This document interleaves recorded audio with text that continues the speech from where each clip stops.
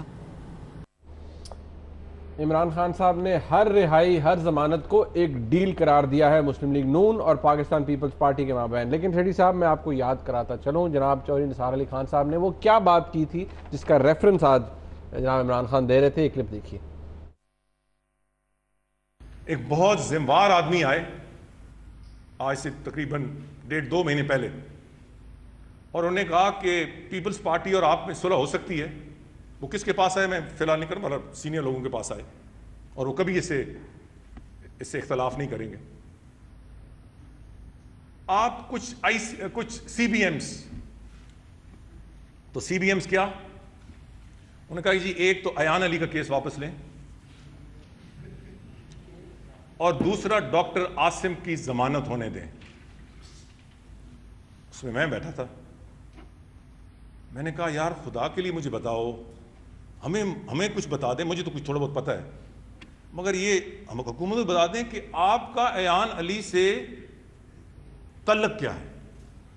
کہا جاتا ہے بیچاری کہا جاتا ہے پیپلز پارٹی اور خاص طور پہ آصف زرداری اور ایان علی میں کوئی غلط اس کا مطلب نہ لیں. ایئر ٹکٹس ایک خاص اکاؤنٹ سے ایئر ٹکٹ بلاول بھٹو کے بھی اسی اکاؤنٹ سے جاتے ہیں اور ایان علی کے بھی اسی اکاؤنٹ سے جاتے ہیں. اس کے پیچھے کیا ماجرا ہے؟ وفاقی وزیر داخلہ چودھری نثار علی خان صاحب کا یہ اگست 2016 کا بیان ہے جس کو ریفر کر رہے تھے جناب عمران خان صاحب اور جس میں کہا جاتا تھا اس وقت کہ جناب چودھری نثار علی خان صاحب کے طرف سے کہ کوئی بیسیکلی انہوں نے پیپلز پارٹی کی طرف سے آفر ہے کہ جی کوئی سی بی ایمز کریں کانفیڈنس بلڈنگ میئرز کریں ایان علی کی بیل ہونے دیں ایان علی کا کیس ختم کریں ڈاکٹر عاصم کی بیل ہونے دیں. اسی پہ شاید آج بینک کر رہے تھے جناب عمران خان. اب میں آپ کو ایک اور کلپ دکھانا چاہتا ہوں وہ ہے جناب اسحاق ڈار صاحب کا. اسی حوالے سے جب آج ان سے پوچھا گیا کہ ڈیل ہوئی یا نہیں تو اس پہ کیا کہتے ہیں. آپ ڈیل کی تردید کر رہے ہیں کہ نہیں کر رہے؟ جی بالکل تردید کر رہا ہوں جی 100% تردید کر رہا ہوں. میں تو یہ تھرو آؤٹ 2.5 مہینے اس سے ملٹری کورٹس کے اوپر جو میں نے میری جوتیاں گھس گئی ہیں سب کو مل کے اور میٹنگیں کر کے تو اگر ڈیل ہوتی تو پھر تو بڑی آسانی سے ہوتی ہے. چلیں آپ تردید کر رہے ہیں اس لیے میں مزید سوال نہیں کرتا. اسحاق ڈار صاحب نے تردید کر دی. انہوں نے کہا جی کوئی ڈیل نہیں ہے. پیپلز پارٹی بھی کہہ رہی ہے. میں دیکھ رہا تھا لطیف اکوثر صاحب کو انہوں نے بھی کہا جی کوئی ڈیل نہیں غلط فہمی ہے. سیٹھی صاحب تیار ہیں آپ؟ پھر میں بالکل آپ سوال تو تیار ہے میرا جواب جو ہے نا آپ کو تکلیف دے ہوگا میں ابھی بتا رہا ہوں. لیکن میں یہ سوال کرنے سے بھی پہلے کچھ اور دکھانا چاہوں گا ہمارے ناظرین کو. آپ ایک کلپ دیکھیے اور اس کی ڈیٹ ہے پہلے میں بتا دیتا ہوں وہ ہے 30 دسمبر 2015 کی اور پھر ایک اور آپ کو کلپ دکھائیں گے جو کہ تقریباً 1 سال بعد یعنی اسی مہینے کا 2016 کا ہے. تو یہ دونوں کلپس ذرا آپ ملاحظہ کیجئے اور دیکھیے ڈاکٹر عاصم کے حوالے سے اس پروگرام میں آپس کی بات میں کیا کہا گیا تھا. میں یہ کہہ رہا ہوں کہ there is no change in the status quo. نہ سندھ حکومت کوئی طور پہ کارروائی کرنے جا رہی ہے نہ فیڈرل گورنمنٹ کو کرنے جا رہی ہے.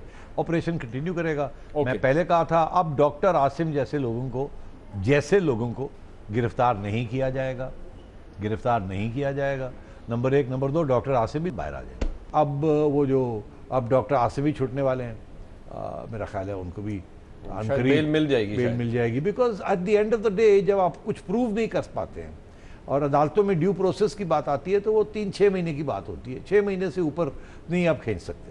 اینٹی ٹیررسٹ کورٹ میں جو مرضی کر جائیں، جب ہائی کورٹ میں پہنچیں گے تو آپ سونر اور لیٹر آپ ریلیز ہو جائیں. دوسرا یہ تھا کہ یہ جو لنک ہے بٹوین ٹیررزم اینڈ کرائم، یہ شاید اب ہتھولی ہوئے گا اس میں.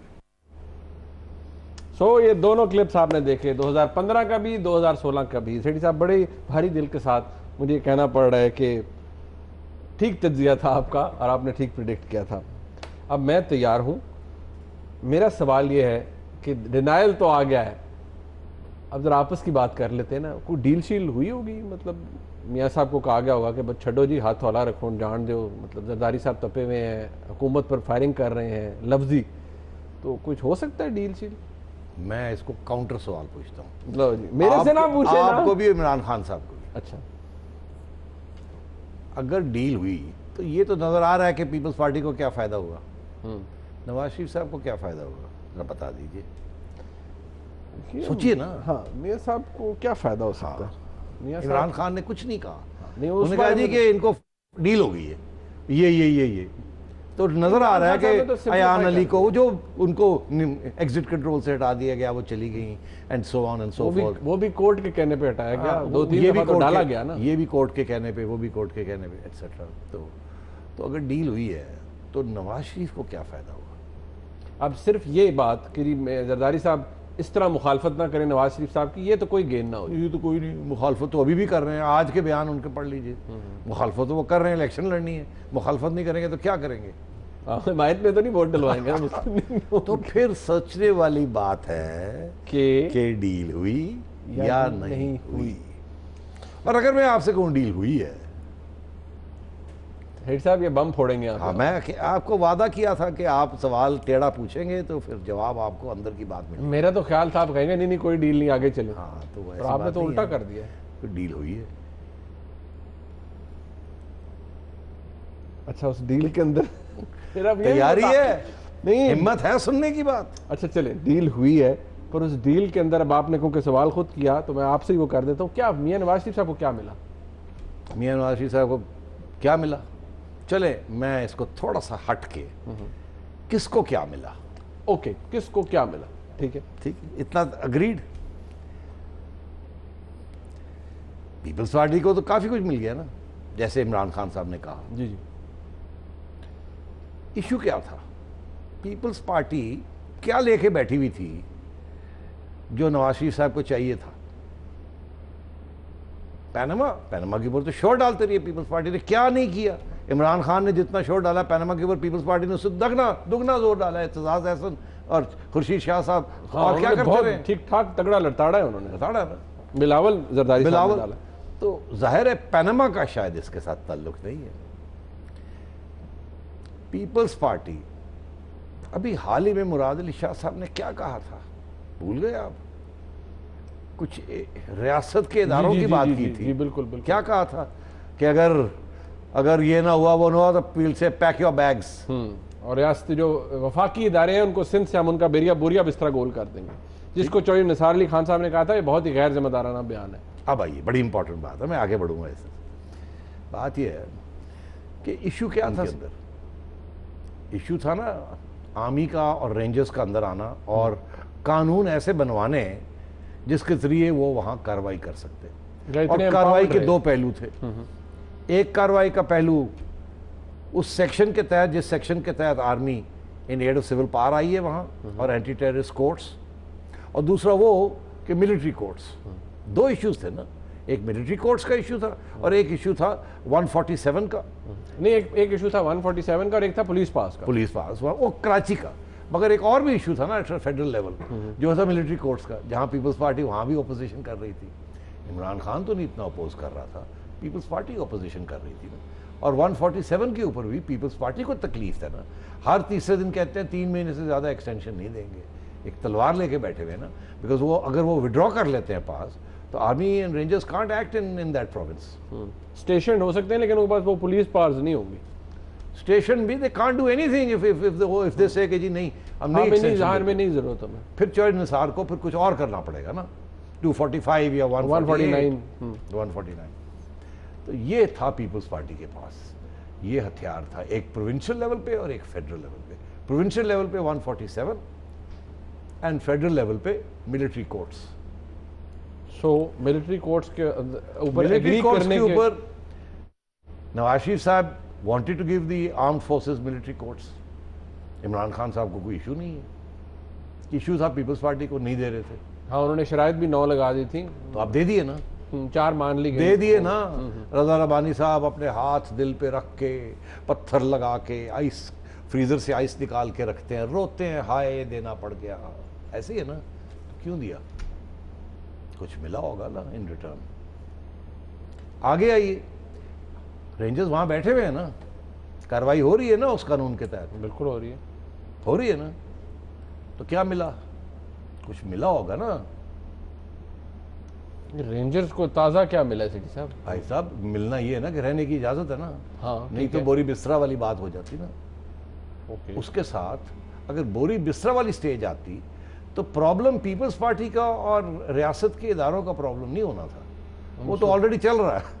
زرداری صاحب جس قسم کے گرجتے رہے ہیں، اور جو ریاست کے ادارے ان کے بارے میں، اور حسین حقانی کے بارے میں، اور گیلانی صاحب کے بارے میں، اور جو کچھ پیپلز پارٹی کرتی رہی، ریاست کے ادارے جس کی آپ بات کرتے ہیں ان کو تو ذہن بڑا کلیئر ہے نا اباؤٹ سرٹن. بٹ اس زرداری صاحب کی گن گرج سے تو سوری ہو گیا تھا. سوری سے نہیں نا کام چلتا.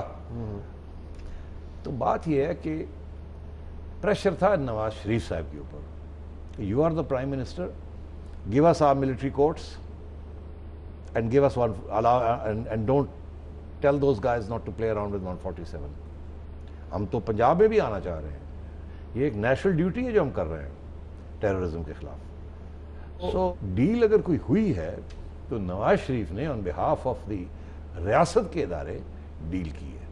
اس میں ڈیل کا جو زرداری صاحب کو کیا ملا ہے وہ یہ ملا ہے کہ ملٹری کورٹس مل گئے ریاست کے اداروں کو، اور 147 برقرار ہے. اور اس طرف کیا ملا ہے؟ بیل مل گئی ہے ایان علی، اور آگے اس قسم کی کرپشن کو ٹیررزم کے ساتھ لنک کرنا ناٹ بی الاؤڈ. اور یہ میں نے اپنی پچھلے کلپ میں اس کا ذکر کیا ہے کہ یہ اب آگے نہیں ایسی چیز ہوگی.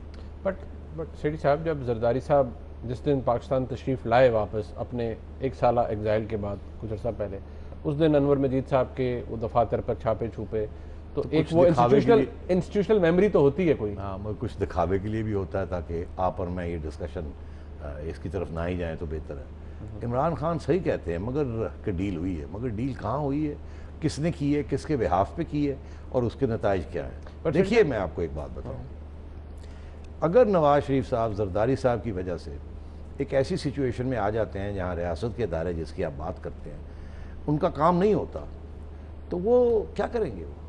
وہ تو پرائم منسٹر کو ہی کہیں گے نا کہ سر، چوہدری نثار کو ہی کہیں گے نا. میں آپ کو یہ بتا دوں، ایان علی کا کیس فیڈرل گورنمنٹ کی کوئی انٹرسٹ نہیں تھا اس کے اندر. میں آپ بتا رہا ہوں آن ریکارڈ، آپ کو بتا رہا ہوں، چوہدری نثار صاحب has been acting as a spokesman for the ریاست کے ادارے. وہ بھی بارگیننگ پوزیشن تھی آصف عزیز زرداری کے ساتھ، ٹھیک ہے نا.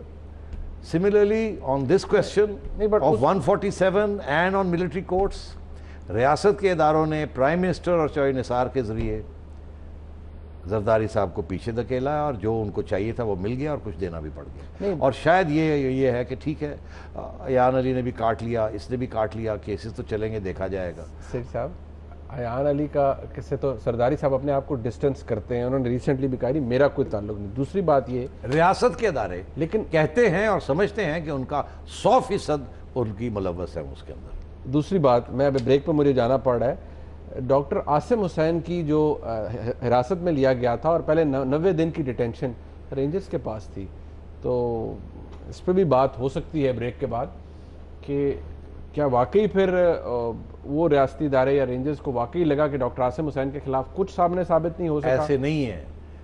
آفٹر آل پروسیکیوشن کس کے ہاتھ میں ہے؟ رینجرز کے ہاتھ میں نہیں ہے، میں ایگری کرتا ہوں، پروونشل گورنمنٹ کے ہاتھ میں ہے. وہ میں ٹھیک ہے، لیکن میرے پاس ایک اور اس حوالے سے بات ہے نا کہ سیٹی صاحب 90 دن کی ڈیٹینشن کے اندر کوئی چیز بھی نکلنی چاہیے تھی نا. نکلی ہوگی تو پروف کرنا الگ بات ہے، نکلنا الگ بات ہے. ایک بریک کے بعد پہ بات کریں گے، پروف کرنا الگ بات ہے اور نکلنا کوئی چیز الگ بات ہے. ہمارے ساتھ رہیے گا.